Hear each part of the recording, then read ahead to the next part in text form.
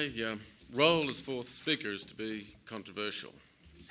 So, and not to repeat the wise words of my fellow speakers. So I'm going to try to be controversial and sensible at the same time. Let's see how I go. Look, super is not broken. We don't actually need another review. I think we've had enough reviews already. And I think we know what the issues are, and we do need to. There are issues, and I'm going to talk about some of the ones that I think are still on the table. But I think the last thing we actually need is another review. So that's my opening proposition. We've got about 700 Australians who retire every day. The figure in the US is a mind-boggling 10,000 people every single day moving into retirement. And in relation to our 700-odd Australians who are retiring, there are some things that we're just not doing well enough for those people. And I've highlighted four key things that I think we're not doing well. The first one, in relation to people retiring, and this has been well identified by the Financial System Inquiry, this is not news, but we're not helping those people manage the special risks that they face in retirement well enough. There's very limited recourse to insurance pooling and longevity risk management in our Australian system. That's been on the table in the Murray report, and I think we're all enthusiastically waiting for a recommendation that enables our industry to get on solving those problems.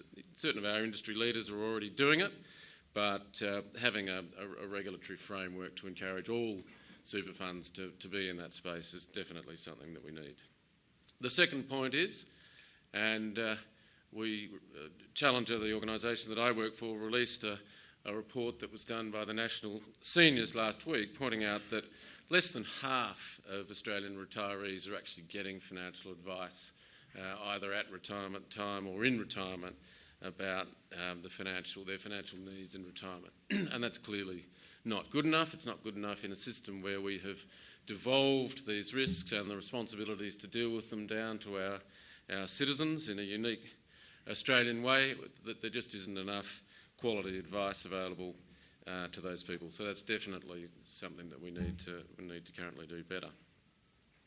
There's also an increasing, not an alarming tendency, but an increasing tendency for those over 55 and moving into retirement to be carrying debt, for households to be indebted right up to the point of retirement and then using some or all of their superannuation savings to pay down that debt at the point of retirement. I'm going to go into a few facts and figures about that in a minute, but that's something that I think we should be watching and doing something about. And lastly, and Chris Bowen has admirably covered this topic, the gap between what men and women retire with is unacceptably wide, and we do need to deal with that. So in general terms, right today, a retiree household right in the middle of the system, a median household, is retiring with around about $300,000, probably a little bit over that to retire on. Now, you can't go out and buy a shopping centre with that amount, but it is a meaningful contribution to what your retirement is going to look like, and I think we do need to regard this as a success. We're not there yet, of course. Our system is still maturing. Those people retiring today, of course, have not been in the system for a full lifetime, but I think we should be quite proud of where we've got to there. The topic that I was assigned today was really directed to me, saying a few things about whether we need to encourage people to boost their superannuation savings. And I'd say no. I think if we accept our pathway to 12% superannuation guarantee contributions, with the ability of people to make quite significant voluntary contributions on top of that, with our tax concessions that we've heard lots about today, I think we're doing enough. I think we're doing enough. We don't need to push people further to contribute to superannuation. We know that people are quite willing savers outside superannuation, the investment property and so on, that many Australians are familiar with. But of course I do come back in that point to solving the current gender gap that we've got. And we have other unique things in Australia. The fact that 10% of our superannuation members are actually doing it themselves in the self-managed sector. There's absolutely nothing like that anywhere else in the world that you might care to look at. In fact, when I speak to US and UK pension boffins and regulators and so on, they think we're absolutely crazy letting 10% of the population look after themselves in the very free way that we do in Australia. Well, my view is that that is something, again, that we should be proud of. I'm not saying that everybody should be in a self-managed fund, and I'm certainly not saying that self-managed funds are without issues, but the fact is that the vast majority of them are functioning satisfactorily, and it is a uniquely Australian situation that we should be very proud of. I've touched on the household balance sheet, if you like. So currently at the moment, Australians are geared to the tune of 150% of their annual disposable income is sitting typically in housing debt. So just to bring those numbers down to earth, so if the household's disposable income is $50,000 a year, then that means typically that household is $75,000 in debt. And with current lower interest rates, most households are obviously coping with that. But it's very interesting to look at the historical figures around the level of debt that over 55-year-olds were comfortable with 20 years ago. So in 94, 95, only 10% of Australian households that were over 55 were in debt. And that figure today is 35%.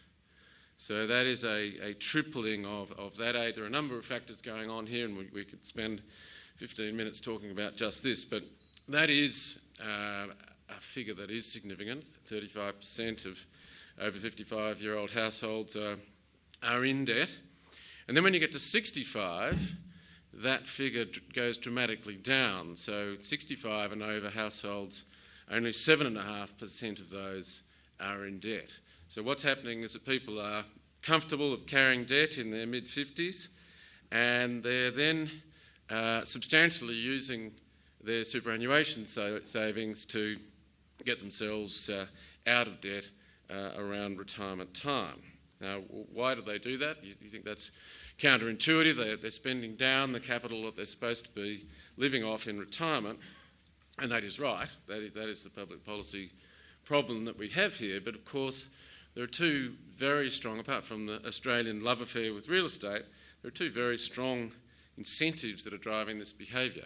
The fact is that however much they plough into the family home is going to be invisible for the Centrelink age pension tests, and it's also a capital gains tax-free asset. So you might think it's reckless behaviour. You might think in terms of people blowing this money, but in fact they're not blowing it at all. They're just capitalising it, and they're acting in accordance with the very strong incentives that we're giving them, notwithstanding, of course, that from a purist point of view, they're depleting their retirement income, which is, after all, I think the purpose of super that we'd all like to see legislated and agreed upon in a bipartisan manner. These people are acting completely contrary to that intention.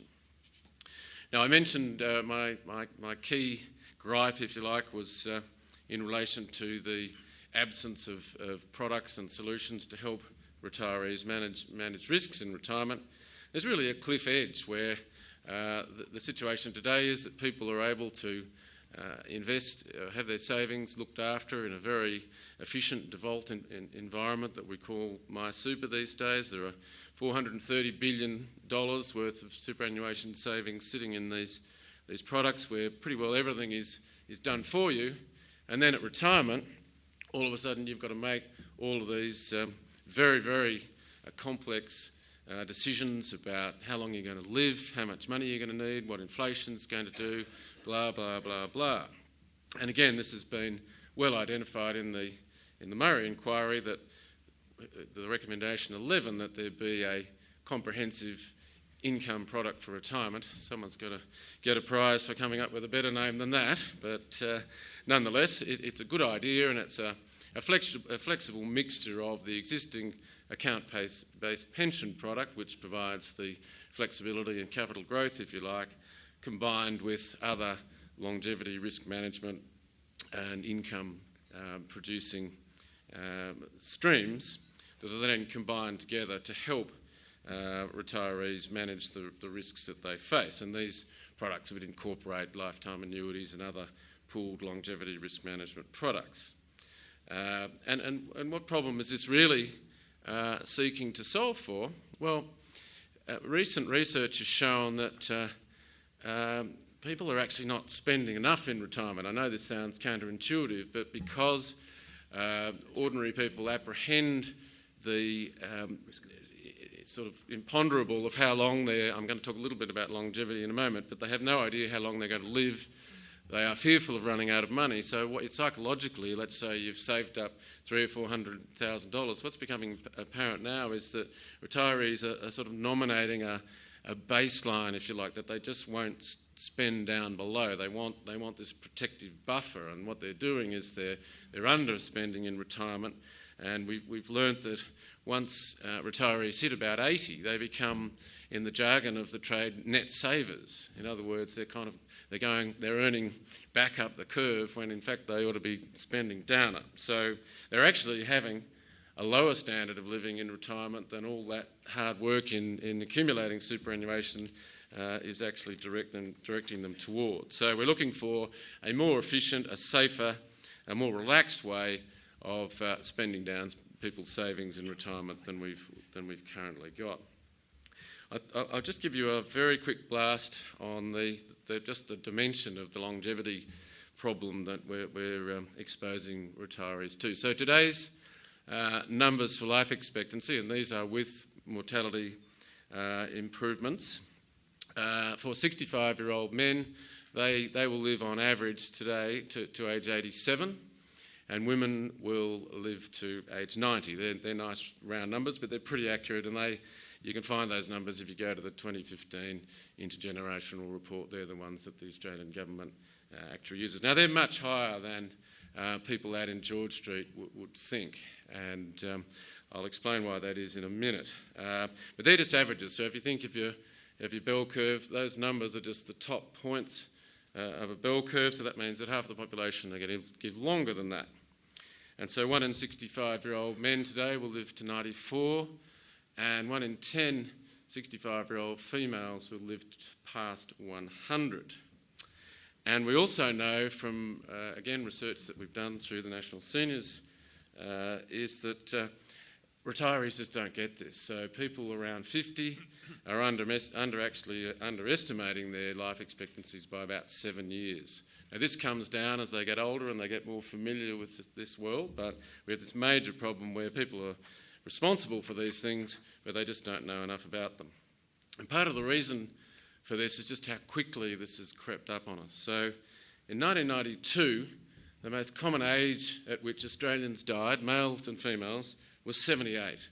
So that was the kind of community standard that around you in society, people were living to that age of 78, and that's around about when they were dying. Now, this is not a projection. This is looking back at ABS data for 1992. You just look up who died, how old were they, 78.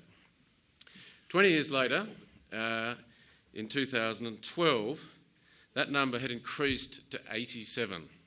So over that 20-year gap, the most common age at which people died had gone up by 9 years. Now, again, that's not a projection. That's looking back and saying, what did the data tell us? So basically, every 2 years, the age at which people typically died in this country was notching up by 1 year. And it's hardly surprising that people are a little bit caught out by this. In fact, our whole system is caught out and is kind of in catch-up mode around this whole longevity question. But just to make it even more complicated for you, I said that the average life expectancy for a 65-year-old female today was 90. Now, if you just fix on that number 90, what do you think the actual probability of a 65-year-old woman actually dying at age 90? So at any time during the year when she's 90, she actually only has a 5% chance of doing that. Because what you get is this massive distribution that starts in females' early 80s, peaks at that 90 level, and then goes down, in this case, to 98. It's actually a 16-year period where 2/3 of the female population will die somewhere across that, and 90, you've only got a 5% likelihood of actually dying in that year. So it's a little surprise that this is all just a wee bit complicated for the general population and indeed for advisors and policymakers. So I'm looking at the time, and I've also listened to what others have said. I was proposing on saying quite a bit about the super gap, but I don't think I've got much to add, other than to point out that it's, as so many things in super, it's slightly more complicated than the debate about gender often sounds, because you've got the additional complication of people who are doing retirement as a household. Okay, so at retirement, about 2/3 of people moving into retirement are doing it as a household. Obviously, some are not, and of course you can't always tell, particularly at various times in the cycle, whether you are actually going to be in a household at retirement or not. And even if you go into retirement as a household, that can break up. But the financials of doing retirement as a male and female couple, including the home ownership, and I must say I really like CEDA's way of describing the home as the fourth pillar. I totally don't agree with accessing super to pay for that, but conceptually I like the idea of the fourth pillar. And as you'll have seen, just on that topic, as you'll have seen from my explanation, people are tapping into super for housing. They're just doing it at the back end rather than the front end. So I will make that point about households. I won't say anything more about gender. So look, Australians do have confidence in the system. It ain't broken. In the year 2015, Australians made $31 billion worth of voluntary and salary sacrifice contributions into super, so they must like something about it. We all think the idea of specifying the primary and secondary objectives of super is a good thing, and let's hope the government agrees. As David Knox has pointed out, we are ranked second in the world. That is not to be sneezed at. And also the big area where there's room for improvement, there is a recommendation on the table to do something about retirement income products, and again, we're all looking forward to that happening.